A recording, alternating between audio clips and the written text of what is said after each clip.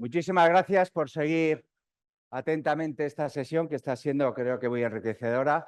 Vamos a retomarla, como os dije al principio, con estas segmentaciones de contenido en que damos un repaso a cómo se están remangando compañías gallegas en hacer las cosas bien y mostrárnoslas a todas y a todos. Vamos ahora con un triplete de compañías. La primera que aquí estáis viendo a Pilar. Pilar, cuando quieras, la sesión es tuya y nos vas a poner al corriente en qué estás haciendo bien los deberes. Adelante. Os voy a contar sobre nuestra empresa y nuestro proyecto en el CPI de INCIBE. Nosotros nos llamamos Forensic and Security. Tenemos distintas certificaciones a nivel personal, pues desde el CEH, CHCI, OSCP, etcétera, y luego certificaciones como empresa. Dentro de las estándar, pues ISO 27001, Esquema Nacional de Seguridad, y estamos en la Red Nacional de SOCs, ¿no?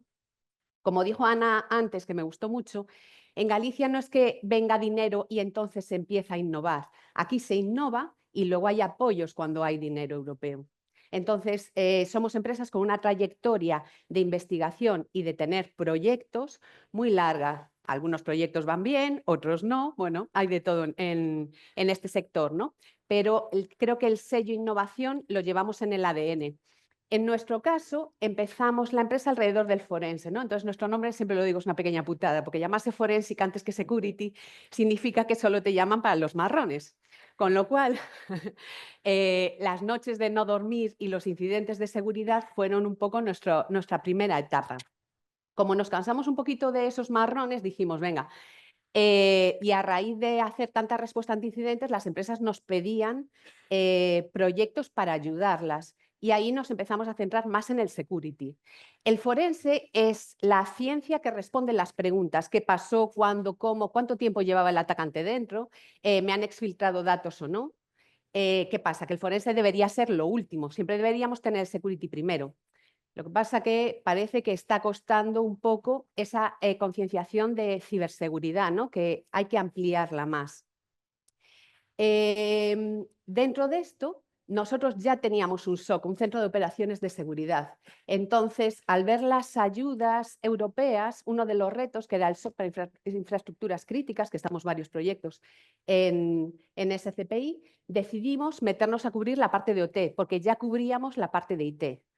¿Qué pasa en la parte de OT? Que es una jungla, ¿no? Aquí que hay algunas empresas de OT. Y la jungla hay que desbrozarla. Y una vez que la desbrozas, puedes entender qué está pasando ahí e interpretar las alertas. Bien, con lo cual estamos ampliando nuestro SOC para que pueda monitorizar sistemas industriales, sobre todo infraestructuras críticas. Nosotros creemos en nuestro proyecto, para esta parte va a ser una solución on-premise, porque tal y como la tenemos enfocada nos parece esencial en entornos industriales, es decir, desplegamos hardware en las plantas industriales. Va a ayudar a las empresas que tengan plantas a adaptarse a ciertas normativas. Se ha hablado de la NIS2, que entra ahora el 17 de octubre, si hay transposición, a ver si llegamos.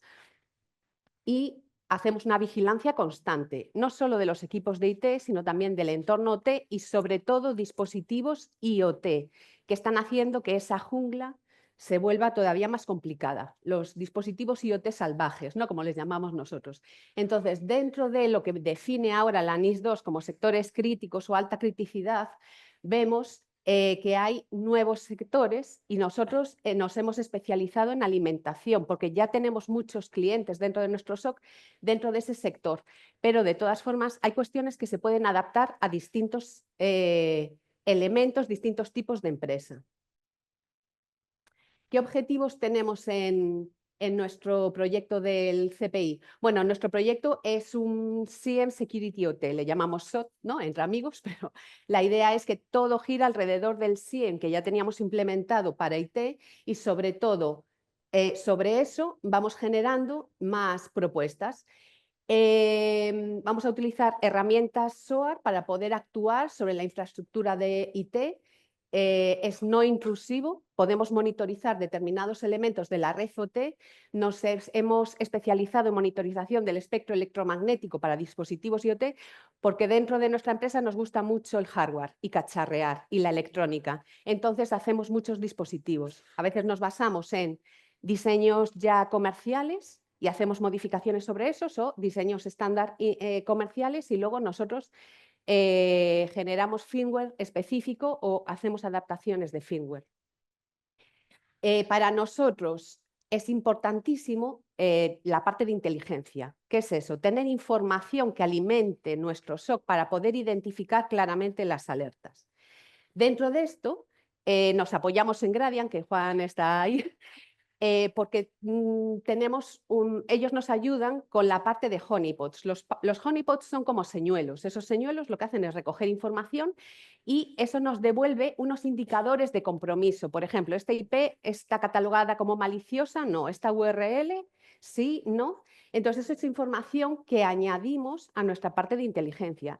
Y luego tenemos otra parte propia que son indicadores de ataques, donde también investigas en la Dark Web y en la Deep Web qué se está hablando de nuestros clientes. Eso ya lo hacíamos a día de hoy, pero a través de un framework especial vamos a añadir información a nuestro SOC. Y luego una sandbox va a ir incluida en todo este sistema para detonar malware y poder hacer reversing de ese malware. Porque al final tienes que investigar qué es esto que me estoy encontrando y qué hace, ¿no? Esa es la idea. ¿Qué propuesta de valor tenemos? Al final, tener todo centralizado, la información centralizada en un SIEM y que eso yo pueda automatizarlo, pueda generar reglas, pueda hacer queries para hacer investigaciones o pueda tener un SOAR para automatizar si yo quiero banear una determinada IP en un firewall, por ejemplo. Tener todos esos sistemas que me ayuden, que ya nos ayudan en la parte de IT, pero que en la parte de OT es más compleja, es un valor añadido para cualquier SOC, sobre todo para las empresas que no solo tienen IT, sino que tienen también plantas industriales. ¿Por qué almacenar más información de la que inicialmente pensamos que puede ser útil? Muchas veces pasan cosas y resulta que ya no tengo los logs, o porque nunca los guardé o porque mi tiempo de retención es demasiado pequeño, porque como los logs ocupan espacio, eso lo he escuchado muchísimas veces de gente de sistemas. Pero al final, cuando hay que hacer una investigación, cuando vamos al forense, que es el que responde esas preguntas, si yo no tengo la información almacenada, no tengo dónde buscar. ¿Y cómo puedo dar respuestas? Un SOC debe responder las respuestas. No solo debe reenviar alertas, sino decir, oye, pasa esto por esto. ¿Y cómo puedes mejorar? Pues haciendo esto y esto, por lo que hemos visto, ¿no? Entonces, al final, son elementos que suman. Y cuanto más podamos sumar, mejor podremos responder las respuestas y mejor nos podremos proteger. Y este es el proyecto. Muchas gracias. Muchas gracias, Pilar, te has ceñido. Quédate aquí que luego seguimos, ¿de acuerdo? Yo quería hacer solo un breve apunte, y es que en el mundo de el sentido de la ciberseguridad es porque tiene que dar respuesta a un problema gravísimo por el cual todo lo demás nosotros tenemos recorrido y especializarnos, que se le llaman la atribución. Y ese es el problema. Tenemos que saber quién ha hecho las cosas, ella lo ha dicho, cuándo, cómo y de qué manera y demostrarlo, porque si no lo consigues, el tejemaneje en las redes y todos los derivados, incluido cosas, que también lo ha dejado caer ella, porque van a tomar decisiones, cosas, tendremos que saber si tenía la autorización, cómo lo ha hecho, y es importantísimo atesorar los elementos que nos pueden inducir a demostrarlo. Por ejemplo, todos habéis oído hablar de los sistemas de chantaje y extorsión con ransomware. La parte final, una aseguradora no paga si no averigua con una forensía cuándo sucedió, cómo sucedió y si se hicieron los deberes para evitarlo o no. Entonces, clarísimamente en las vías laborales que tenemos, y muchas importantes vuestras, todo lo que se dirige hacia la identidad y la atribución, y luego bajando en detalle aquí, es absolutamente crucial. Vamos a dar paso a otra compañía. Tengo el placer, además, de disfrutar de conocer a muchos de los integrantes, incluido gente que has tenido la suerte de ser también de Ourense. La compañía es Zerolinks, muchos la conoceréis. Además, es un orgullo por ver la pujanza que en España está teniendo, porque ha logrado tener un marchamo diferenciador y en muchas de las áreas, por ejemplo, el mundo financiero, habéis oído hablar también de que vienen legislaciones muy potentes, por ejemplo, la del nombre de la película de dibujos animados del pececito, Dora. No sé si nos vamos a olvidar todos de lo que era a los 8 segundos, pero no conviene olvidarse. Así que adelante y nos pones al corriente en vuestras implicaciones aquí. Bienvenido, Manuel.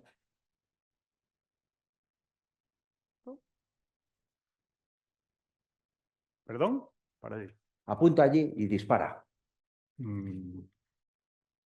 ¿Te da? Ah, vale, perfecto.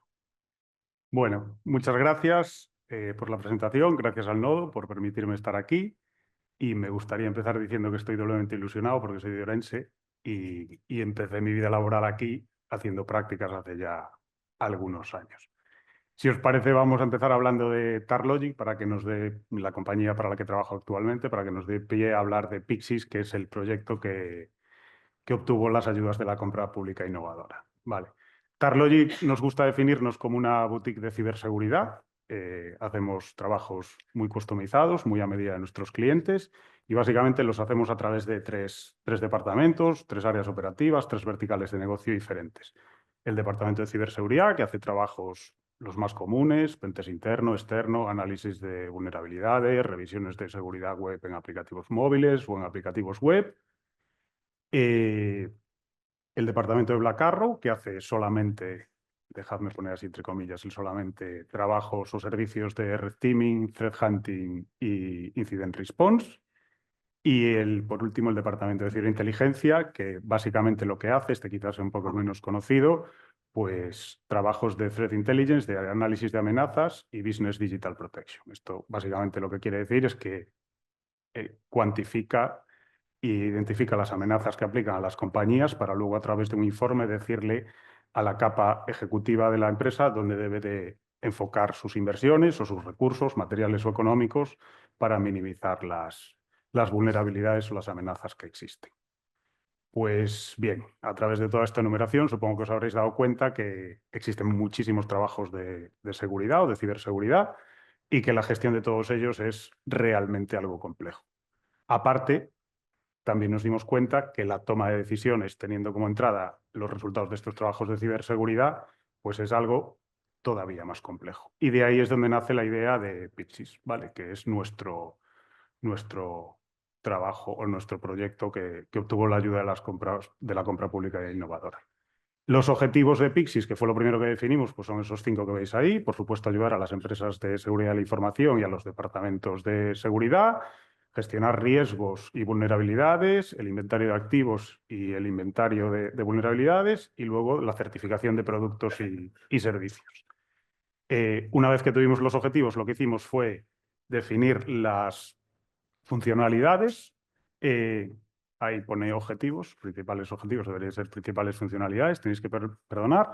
Y ya en su momento, en 2022, identificamos que sería muy bueno utilizar la inteligencia artificial para identificar riesgos o incluso para adelantarnos a ellos. Vale, no voy a entrar más en detalle en las funcionalidades, las podéis leer ahí. Sí que me gustaría pararme un poco más en los usuarios que van a ser beneficiados por el uso de Pixis, pues que tocan todo el stack tecnológico de cualquier pequeña o mediana o gran compañía, pues desde los administradores de sistemas a la gente que trabaja con la seguridad, la gente que se encarga de la gobernanza, los análisis de riesgos, hasta el equipo directivo.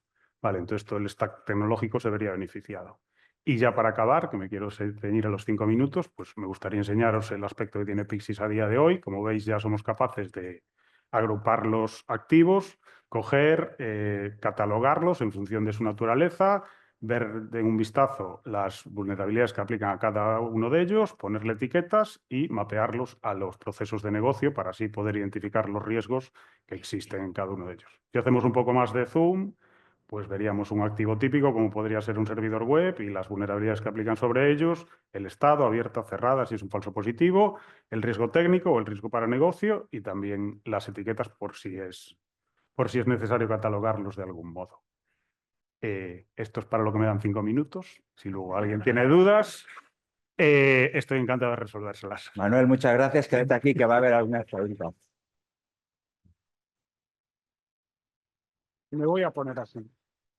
Bueno, quería dar una novedad para todos vosotros que no, hasta ahora creo que la desconocéis, y es que el nodo Cibergal se ha propuesto añadir una actividad adicional que es formar en español a los ponentes, y entonces ha decidido que adelante Héctor vuelva a salir para que se vaya rodando en nuestro idioma, que es una maravilla, y volver a escucharle. Muchas gracias al nodo y adelante cuéntanos también en esta faceta dónde estáis. Vale, pues saludo de nuevo, sigo siendo Héctor Ab y sigo trabajando en ITG. En esta fase casi es en el otro sentido porque antes he hablado de lo que haremos un poco después, pero ahora lo que estamos haciendo sí o sí es desarrollar un esquema de certificación de ciberseguridad para sistemas aéreos no tripulados. Es una frase larga. Bueno, para volver con ITG trabajamos con muchos temas relacionados a movilidad autónoma, pero más específicamente drones. Voy a decir drones, pero siempre quiero decir sistemas aéreos no tripulados porque el dron es más el objeto y hablamos siempre del sistema para hablar del robot, pero también de los software que los gestionan, de los command and control que utilizamos, o sea, toda en su globalidad. Y bueno, en ITG trabajamos en estas áreas, la microelectrónica, la robotización con inteligencia artificial, con autopiloto y también toda la parte de regulación. Trabajamos en gestión de tráfico, pero también en la regulación con entidades europeas como EASA, Eurocontrol, cosas españolas como DGAC, ENAIRE, para construir todas estas regulaciones que nos dan confianza en los drones. Y en estos foros que hablamos de normativa, siempre se habla más de ciberseguridad y de la falta de normativa en este sentido. Por eso hemos propuesto en la compra pública de innovación con INCIBE y el reto de ciberseguridad en el vehículo conectado, este proyecto de desarrollar este esquema de ciberseguridad. Porque simplemente cuando vemos los drones son computadores volando llenos de tecnología, llenos de sensórica, llenos de puertas abiertas y de vulnerabilidades. Por ejemplo, aquí podéis ver unos ejemplos de estos últimos años. El dron, si es automático, necesita claramente el GPS, es una vulnerabilidad muy grande. Porque, por ejemplo, podemos secuestrar el GPS enviando datos de GPS más fuerte que los de los satélites y el dron piensa que le damos la buena información. Es lo que hizo Irán en 2011 y consiguió secuestrar el dron americano que los estaba vigilando. Muy malo para Estados Unidos, un dron carísimo, lleno de tecnologías, y han conseguido aterrizar sin daño y hacer toda la ingeniería reversa del mundo. En 2011 también un hacker desarrolló una técnica que pones una antena Wi-Fi y un Raspberry Pi en un dron, vuelas y puedes cazar, capturar y tomar el control de todos los drones que están alrededor con una técnica de autentificación. Simplemente diciendo, ahora soy tu dueño. Intercepción de Wi-Fi también durante unas manifestaciones en Estados Unidos. Activistas consiguieron hackear el dron del FBI simplemente porque la conexión Wi-Fi no estaba encriptada y coger todos los datos de vídeo. Esto fue malísimo también porque publicaron todo en Internet y mucha gente ahora sabe cómo funciona el FBI, cómo interviene y sus métodos. El firmware de los drones DJI, que es la marca más vendida de lejos, puedes muy fácilmente manipular este firmware, sacar las restricciones de vuelos y volar donde quieras, que esto tampoco es algo muy recomendable. El jamming, que es enviar mucha información radioeléctrica y así los drones no saben más comunicar, lo han utilizado en 2021 en espectáculo de luces, que eran 50 drones. Y para acabar, la guerra de Ucrania es un terreno de pruebas para ciberseguridad sobre drones muy activo. Están desarrollando muchas tecnologías de ataque, por ejemplo, con Ataque 2. Nada, todo esto para decir que los drones son muy susceptibles a muchas formas de ataques y las consecuencias son graves. Por eso proponemos montar este sello de ciberseguridad para dar confianza a los usuarios, dar confianza a a vosotros todos de ver drones volando sin tener miedo que cualquier persona pueda hacerles caer. Y para esto, pues, desarrollar los métodos que nos van a permitir clasificar el nivel de protección de cada de estos sistemas de manera clara y sencilla. Para esto nos vamos a concentrar en los sistemas, el drone en concreto, las operaciones, la protección de las operaciones, pero también después nos vamos a interesar a las organizaciones que los utilizan y a los proveedores. Bueno, porque creo que los ejemplos los han mostrado muchas vulnerabilidades, consecuencias altas. Entonces queremos estudiar y tener respuesta ante estas amenazas y mecanismos de protección. Por eso proponemos esta cosa. Y para esto tenemos, ¿cómo lo vamos a hacer? Con 3 cosas. Montar el esquema de certificación, toda la metodología, lo que tenemos que hacer, cómo clasificamos estas amenazas, pero después diseñar el laboratorio, comprar los equipamientos, hacer las pruebas. Tenemos ya un espacio de prueba en Coruña, donde podemos hacer volar drones, intentar secuestrar el GPS, ver cómo se comportan y muchas otras cosas que haremos. Y entonces estamos en esta parte de montar el laboratorio, conseguir la ISO de laboratorio también. Y para acabar, colaborar con las empresas que quieran colaborar, compartir conocimiento de ciberseguridad y trabajar en grupos de trabajo. Muchísimas gracias, Héctor.